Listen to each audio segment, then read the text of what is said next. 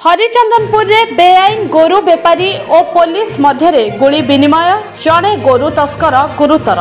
केन्दुझर जिला हरिचंदनपुर में बेआईन गोरु चालानकारी और पुलिस मध्य गुली विनिमय घटी जड़े गोरु चालानकारी गुरुतर होता बेले 2 जन पुलिस कर्मचारी आहत होती। आज भोर समय बेआईन गोरु चालान होता पुलिस खबर पाई हरिचंदनपुर थाना अंचल कुला ढांकुणी निकट में गोरु चालान गाड़ी को अटकाइबाकू चेष्टा करिबा समय रे गोचालानकारी पुलिस उपर को प्रथमे गुली चलाइबा परे पुलिस बाध्य होई तांको उपर को गुली चलाइथिला। जेउथिरे जने गोचालानकारी जे कि सांतरापुर अंचलर आरिफ खान ता गोड़े 2टी गुली बाजिथिला। सेपरि गोचालानकारी गुली माडरे 2 जन पुलिस कर्मचारी मध्य आहत होइछंती।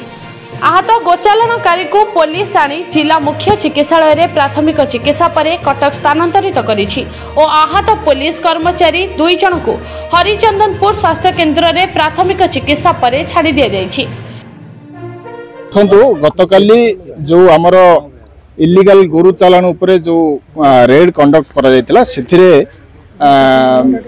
एक्यूज पर्सन जो माने इलीगल ट्रांसपोर्टेशन करथिले सेमानकर पुलिस को जो आक्रमण करथिले और सेथिरे जो सेमाने बंदूक रे फायरिंग करथिले से संबंध रे पुलिस मध्य निजर जो राइट ऑफ प्राइवेट डिफेंस को एवं तांकर इलीगल जो अटैक करथिले सेमानकर प्रतिहत करिवा पई पुलिस तरफ मध्य फायरिंग हेतिला।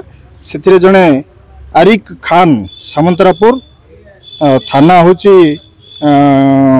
हरिचंदनपुर ताकू मध्य सेथिरे से 2टा गोड़ को तार बाजी गुली बाजी पुलिस तरफ ताकू फायरिंग करा जायतिला। सेथिरे सी बर्तमान तार कंडीशन मध्य स्टेबल अछि एवं सी बर्तमान एससीबी मेडिकल कॉलेज रे चिकित्साधीन अछि। केते जन सर पुलिस कर्मचारी आहत होइतिला कोन जबत हिस्ता देखंतु तांकर जो जबत होइछि 2टी country made gun small arm pistol अछि सेथिरे से माने फायरिंग करथिले सेगुडा जबत करा जायछि एवं 5 गोटी 4 गोटी व्हीकल को जो माने ट्रांसपोर्टेशन रे कनेक्शन रे थिले से माने व्यवहार करथिले सेगुडा को जबत करा जायछि। 25 गोटी कैटल मध्य जबत करा जायछि। सर गोरुबाटी कोर्ट के जाउतला आ कोर्ट थाना रो पुलिस सेटा वर्तमान तदंताधीन अछि। 2 गोटी केस रजिस्ट्रेशन करा जायछि एवं से केस कनेक्शन रे वर्तमान संपूर्ण भाव तदंत करा जाउछि। कोठी के जाउतला कोन चालान करा जाउतला किए तांको भीतर पछर रहस्य अछि काहार हाथ अछि सब तदंताधीन। ए संक्रांत रे हरिचंदनपुर और पंडापड़ा थाना रे पृथक पृथक 2टी केस रुजु होईछि एवं गोरु बोझे होइथिबा 3टी पिकअप भ्यान सह गोटे एक्सयूवी कार 2टी देसी पिस्तल जबत करिछि और 25टी गोरु को उद्धार करिछि पुलिस। एहा सह 5 जन गोचालानकारी को गिरफ्त करिछि। ब्यूरो रिपोर्ट खबर 24।